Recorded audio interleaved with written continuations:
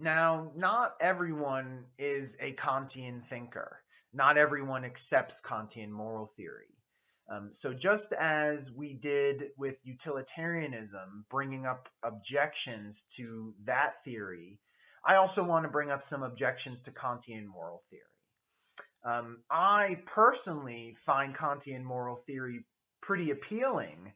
I think that it's one of the stronger moral theories that are available. However, to be a good philosopher and to be fair minded, I think that we should consider the other side of the coin and see, why the opponents of this theory have a problem with it. And so let's focus on two main suggested problems of Kantian moral theory.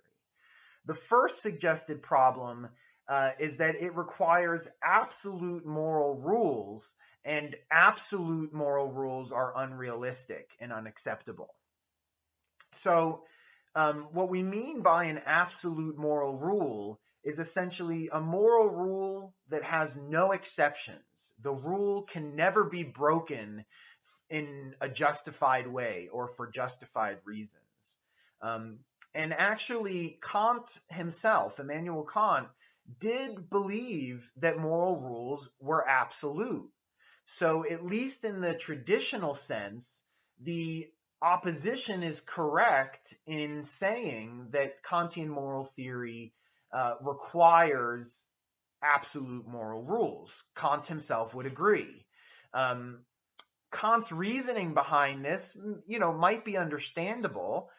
He thought that moral rules must be absolute because essentially, if you allow an exception to the rule in one case, but not in other cases, then you cannot possibly be being fair or equal in all of those cases. In other words, you cannot possibly be treating all of those people as ends in themselves if you're telling the truth to some of them but lying to others. That would almost definitely, or maybe Kant would say it does definitely involve some kind of contradiction, whether it be logical or practical. Um, so Kant himself, would say there was absolute moral rules, and you might think that that's a problem because you might want to say every moral rule has an exception. For instance, take the rule of lying. Thou shalt not lie. Don't lie. Lying is wrong. I think we can all imagine cases in which it seems morally right to tell a lie.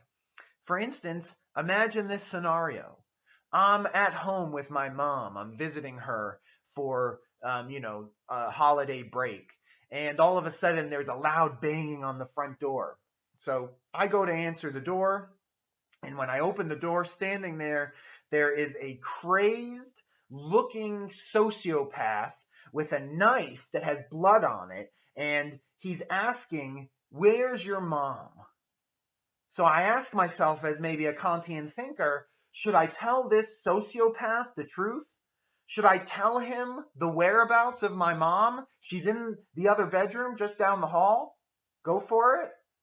Or should I lie to him, telling him maybe, oh, she's in the next state over.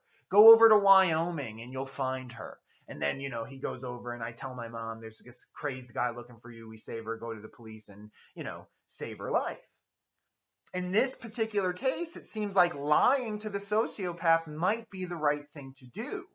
So that's just an example of how absolute moral rules may seem unrealistic or unacceptable. There always seems to be an exception to a moral rule, and perhaps Kantian moral theory does not make room for those exceptions. A second objection to Kantian moral theory is that it does not achieve the impartiality that it aims for.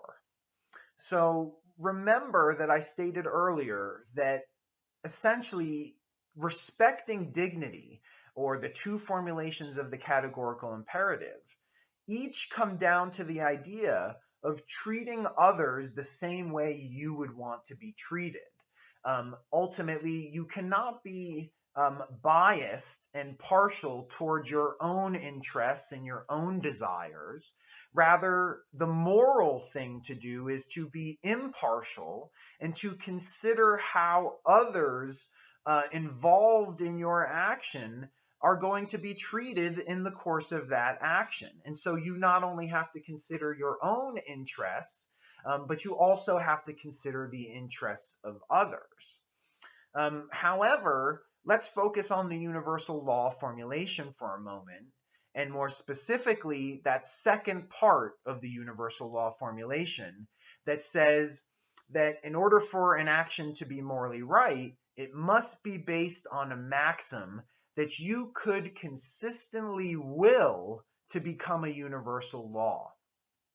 So we said that according to this part of the universal law formulation, you basically have to ask yourself, would you be willing to live in a world in which everyone does what you're about to do? And the objector, the opposition, is going to jump in and say, hold on, how is this an impartial theory when it is based on what you yourself would be willing to live with? For instance, if you yourself are a sociopath, you may be willing to live in a world with other sociopaths, but that can't possibly be morally right. So the objector, the opposition, is going to say that at least when it comes down to this particular part of the universal law formulation, the impartiality that is aimed for is not actually achieved because it's based on what each subject would be willing to live with. And different people are willing to live with different things, and so that might be a problem for Kantian moral theory. I do believe that Kantian moral theory could respond to, or could at least attempt to respond to each of these objections, just as I think the utilitarian could attempt to respond to the objections that were brought against that theory. But ultimately, I think that these are important objections to consider.